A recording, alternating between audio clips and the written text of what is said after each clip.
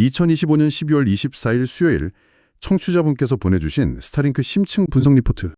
오늘 저희가 함께 열어보겠습니다. 사실 저도 이 자료 받기 전까지는요. 스타링크 하면 그냥 좀 막연하게만 알고 있었어요. 뭐랄까 일론 머스크가 우주에 위성을 엄청 쏘는 사업? 딱 이 정도. 근데 이 리포트를 쭉 읽어보니까 이게 단순히 뭐 외딴 섬에서 인터넷 쓰는 그런 수준의 이야기가 아니더라고요. 오늘 이 자료를 가지고 스타링크가 지금 전 세계를 어떻게 뒤덮고 있는지, 또 드디어 시작된 한국 서비스는 우리한테 어떤 의미인지, 그리고 이게 정말 우리 통신 시장의 판도를 바꿀 수 있을지 한번 제대로 파헤쳐 보겠습니다. 오늘 분석은 제미니 데카코어 엔진 기반의 2025년 12월 말 아주 최신 데이터입니다. 그래서 제일 궁금한 건 이거죠. 과연 스타링크는 한국의 이 촘촘한 인터넷망을 비집고 들어오는 매기가 될 수 있을까요? 아니면 그냥 우리랑 상관없는 그들만의 리그일까요? 바로 그 지점이 이 리포트가 가장 흥미롭게 파고드는 부분입니다. 글로벌 시장에서 스타링크는요, 거의 신화적인 존재에 가깝습니다. 압도적이고 대체가 불가능하죠. 하지만 렌즈를 딱 한국 시장으로 좁히는 순간 그 신화가 그대로 적용될 수는 없다는 걸 보여줍니다. 그래서 이 분석의 핵심은 이거예요. 단기적으로 보이는 현상, 그러니까 지금 당장에 영향하고요. 이 리포트가 진짜 변화의 시작이라고 지목하는 2027년 이후의 중장기적인 관점, 이걸 명확하게 분리해서 이해하는 겁니다. 지금 보이는 게 전부가 아니라는 거죠. 알겠습니다. 단기적인 현실하고 또 중장기적인 미래. 그럼 그 거대한 그림을 이해하려면 일단 스타링크가 지금 하늘에 얼마나 많은 위성을 띄워놨는지 그거부터 알아야겠네요. 리포트 첫 장부터 숫자가 정말 압도적이던데요. 정말 뭐랄까 미친 듯이 위성을 쏘아 올렸습니다. 리포트에 따르면 현재 궤도에서 실제로 작동하고 있는 위성 수가 무려 9,000기에서 9,300기에 달한다고 합니다. 아니 불과 1년 전 2024년 말에 약 6,000기였으니까 1년 만에 3,000개 이상을 더 띄운 거네요. 이게 가능한 속도인가요? 상식적으로는 거의 불가능에 가깝죠. 이게 가능한 이유는 딱 두 가지입니다. 하나는 인류 역사상 가장 큰 로켓 스타쉽이 이제 본격적으로 위성 수송에 투입되기 시작했다는 점, 그리고 다른 하나는 기존의 팰컨9 로켓을 한번 쏘고 회수해서 다시 쏘기까지의 시간을 거의 극한으로 단축시킨 재사용 기술 덕분입니다. 쉽게 말해서 위성을 우주로 실어나르는 택배 트럭을요, 남들보다 훨씬 크고 빠르고 저렴하게 운영하고 있는 겁니다. 그러니까 단순히 위성만 만드는 게 아니라 그 위성을 쏘아 올리는 시스템 자체를 그냥 장악해버렸기 때문에 이런 속도가 나오는 거군요. 근데 리포트를 보면 그냥 숫자만 늘린 게 아니라 위성의 질도 달라지고 있다고 하던데요. 2세대 위성이라는 게 주력이라고요? 맞습니다. 여기서부터가 정말 중요한 지점이에요. 9,000개라는 숫자는 단순한 양적 팽창을 넘어서 지구상 거의 모든 곳, 사막 한가운데든 태평양 한가운데든 끊김없는 서비스를 제공할 수 있는 글로벌 커버리지가 완성됐다는 물리적인 증거거든요. 그런데 지금 쏘아올리는 2세대 위성에는 아주 특별한 기능이 추가되고 있습니다. 바로 다이렉트 투 셀 기능이죠. 다이렉트 투 셀. 네, 이건 나중에 더 자세히 다루겠지만 간단히 말해서 우리가 쓰는 이 평범한 스마트폰이 위성이랑 직접 통신하게 만드는 기술입니다. 이건 스타링크가 단순한 인터넷 제공 업체를 넘어서 통신 인프라의 근본적인 정의 자체를 바꾸려는 야심을 보여주는 핵심 단서인 거죠. 스마트폰이 기지국 없이 위성이랑 바로 통신한다? 와, 이건 정말 공상과학 영화 같은 이야기인데요. 이건 잠시 후에 더 깊게 파고들기로 하고요. 그럼 이런 압도적인 인프라로 글로벌 시장에서는 어떤 성과를 내고 있나요? 가입자 수가 정말 폭발적으로 떴던데요. 2024년에 400만 명이었는데 1년여 만에 900만 명을 돌파했다고요? 네, 1년 만에 2배 이상 늘었죠. 이 성장세만 보면 전 세계 통신 시장을 다 집어삼킬 것 같지만 여기서 이 리포트가 아주 냉정한 숫자를 딱 제시합니다. 맞아요. 저도 이 부분이 정말 흥미로웠어요.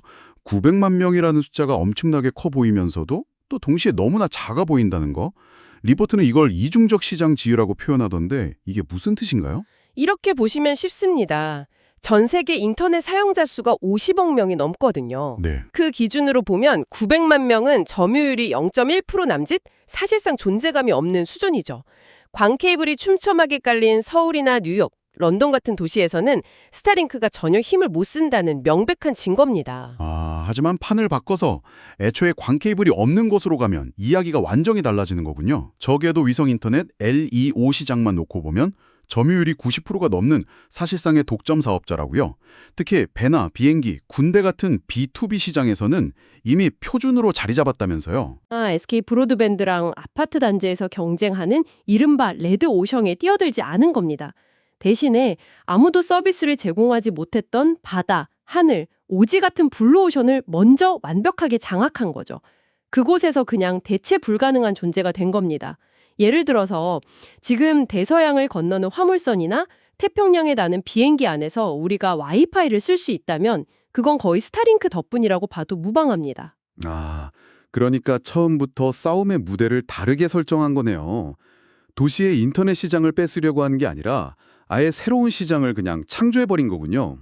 그리고 그 B2B 시장에서 나오는 안정적인 수입이 계속해서 위성을 쏘아 올리는 자금원이 되는 그런 선순환 구조를 만든 거고요. 바로 그겁니다. B2B 시장 장악은 단순히 돈을 버는 걸 넘어서요. 경쟁사인 아마존의 카이퍼 프로젝트나 원앱 같은 후발주자들이 도저히 따라올 수 없는 규모의 경제를 완성하는 발판이 된 거죠. 자, 그런 글로벌 절대 강자가 드디어 한국에도 상륙했습니다. 몇 년 전부터 계속 이야기가 나왔는데 규제 때문에 미뤄지다가 리포트에 따르면 드디어 2025년 12월 4일부로 공식 서비스가 시작되었네요. 근데 좀 의외인 건 SK텔링크나 KT셋 같은 국내 통신 관련 기업들이 이걸 수입해서 파는 리셀러로 참여한다는 점이에요. 경쟁자가 될 수도 있는데 왜 자기들이 이걸 팔아주는 거죠? 그 질문이 바로 한국 시장의 특수성을 가장 명확하게 보여주는 지점입니다. 청취자분께서도 잘 아시겠지만 한국은 전 세계에서 유례를 찾아보기 힘들 정도로 유선 인터넷 인프라가 잘 갖춰진 나라잖아요. 그렇죠. 웬만한 시골 마을까지 광 케이블이 다 들어가 있죠. 스타링크가 비집고 들어올 틈 자체가 거의 없습니다. 도대체 한국에서는 누구를 위한 서비스인 건가요? 리포트가 지목하는 타겟이 아주 명확하던데요. 네, 리포트는 한국 시장의 타겟을 세 그룹으로 아주 명확하게 나누고 있습니다. 가장 중요한 1순위 타겟은 역시 B2B, 그중에서도 해상과 항공통신입니다. 원양어선이나 컨테이너 상선, 혹은 대한항공이나 아시아나항공의 국제선 항공기 와이파이 서비스, 이런 것들이죠. 이건 국내 통신사들이 기존 인프라로는 커버하기 어려웠던 영역이거든요. 아, 그러니까 국내 통신사 입장에서는 스타링크가 내 땅, 이 내수 시장을 침범하는 경쟁자가 아니라 내가 못 가던 바다와 하늘로 사업을 확장시켜주는 파트너처럼 보이는 거군요. 단기적으로는 그렇습니다. 경쟁이 아니라 협력을 통해서 새로운 수익을 창출하는 거죠. 2순위 타겟은 지진 같은 재난 상황을 대비한 국가 비상통신망이나 군 작전용 같은 특수 목적 시장입니다. 그리고 3순위, 가장 마지막에 와서야 비로소 개인이 나옵니다. 그것도 도시 거주자가 아니라 통신망 구축이 정말 어려운 산간 오지나 외딴 섬 혹은 전원주택 거주자 정도로 수요가 아주 제한적일 거라고 분석하고 있어요. 알겠습니다. B2B, 특수목적, 그리고 아주 일부의 개인 사용자. 타겟이 명확하네요. 자, 그럼 이 모든 논의를 한 방에 정리해줄 가장 현실적인 질문을 던져보죠. 그래서 얼마인가요? 이 가성비의 나라 한국에서 과연 가격 경쟁력이 있을까요? 이 가격 비교를 딱 보시면 왜 스타링크가 한국의 일반 가정용 시장을 노리지 않는지, 아니 노릴 수 없는지가 명확해집니다. 제가 리포트에 나온 숫자를 그대로 한번 불러드리겠습니다. 정말 놀랍습니다. 먼저 스타링크는 DC라고 불리는 위성 안테나, 이 장비값이 약 55만 원입니다. 일단 초기 비용이 들고요. 월 이용료는 서비스 종류에 따라 약 87,000원에서 13만 원 사이입니다. 속도는 한 100에서 300 Mbps 정도인데 날씨나 위성 상태에 따라 좀 변동이 있고요. 자, 그런데 우리가 집에서 쓰는 통신 3사의 기가 인터넷은 어떻습니까? 공유기 같은 장비는 거의 무료로 빌려주고 휴대폰이랑 결합하면 월 요금이 2만 원에서 3만 원 되죠. 속도는 500 Mbps에서 1 GBps까지 아주 안정적으로 나오고요. 이건 비교 자체가 무의미한 수준이네요. 한 달에 10만 원 넘게 내고 속도는 절반 이하인데 심지어 55만 원짜리 장비까지 사야 한다. 이걸 선택할 아파트 거주자는 없겠죠. 그래서 리포트의 결론이 아주 단호합니다. 한국의 일반 아파트 거주자가 스타링크를 쓸 이유는 영에 수렴한다. 오직 선이 닿지 않는 곳에서만 가치가 있다. 맞습니다. 이 가격 비교는 스타링크가 한국의 유선 인터넷 시장에서는 경쟁제가 아니라 완전히 다른 목적을 가진 보완제 혹은 특수제라는 걸 증명하는 거죠. 국내 통신사들이 전혀 위협을 느끼지 않는 이유이기도 하고요. 자, 좋습니다. 그럼 여기까지 정리해보면 결론이 좀 싱겁게 느껴지기도 해요. 글로벌 통신 공용 스타링크, 한국에 상륙했지만 결국 배나 비행기에서나 쓰는 비싼 서비스일 뿐 우리랑은 별 상관없다. 이게 오늘의 결론인 걸까요? 보고서로 보면 그게 다가 아니라고 아주 강하게 경고하고 있던데요. 바로 그 지점입니다. 지금까지의 이야기는 전부 유선 인터넷이라는 낡은 프레임 안에서의 분석이에요. 리포트는 진짜 게임은 다른 경기장에서 2027년 이후에 시작될 것이라고 말합니다. 그리고 그 게임의 규칙을 바꾸는 기술이 바로 아까 잠시 언급했던 다이렉트 투 셀, D2C입니다. 네, 스마트폰이 위성과 직접 통신하는 기술. 이게 왜 그렇게 파괴적인 변화를 가져오는 건가요? 이걸 아주 쉽게 설명을 해볼게요. 우리가 등산을 하다가 깊은 산속에 들어가거나 배를 타고 바다 낚시를 나가면 휴대폰에 서비스 안됨이라고 뜨잖아요. 아, 네, 그렇죠. 기지국 신호가 닿지 않으니까요. 그런데 다이렉트 투 셀이 상용화되면 그런 곳에서도 내 스마트폰으로 최소한의 문자 메시지를 보내거나 기술이 더 발전하면 음성통화나 데이터까지 쓸 수 있게 됩니다. 지상의 기지국을 거치지 않고 하늘에 떠있는 스타링크 위성이랑 내 폰이 직접 연결되니까요. 아, 잠깐만요. 그럼 이게 통신사 입장에서는 심각한 문제가 될 수 있겠네요. 지금은 통신이 안 터지는 해외에 나가면 그 나라 통신사망을 빌려 쓰는 로밍 서비스를 이용하는데 미래에는 그냥 스타링크에 직접 연결하면 되니까요. 통신사가 중간에서 할 일이 없어지는 거네요. 정확히 보셨습니다.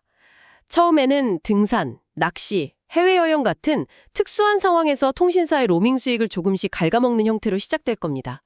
하지만 이게 시작에 불과하다는 게 문제의 핵심이죠. 더 큰 그림을 봐야 합니다. 앞으로 다가올 육지 통신 시대의 핵심은 지상망과 위성망의 통합이거든요. 그런데 만약 스타링크가 이 D2C 기술로 전 세계 위성 스마트폰 직접 통신 시장을 선점해버린다면 어떻게 될까요? 국내 통신사들이 미래 통신 기술의 주도권 자체를 잃어버릴 수 있다는 거군요. 땅 위에서 아무리 5G, 6G 기지국을 촘촘하게 깔아도 저 하늘의 길을 장악한 스페이스X에게 종속될 수 있다는 위기감이 생기겠네요. 바로 그겁니다.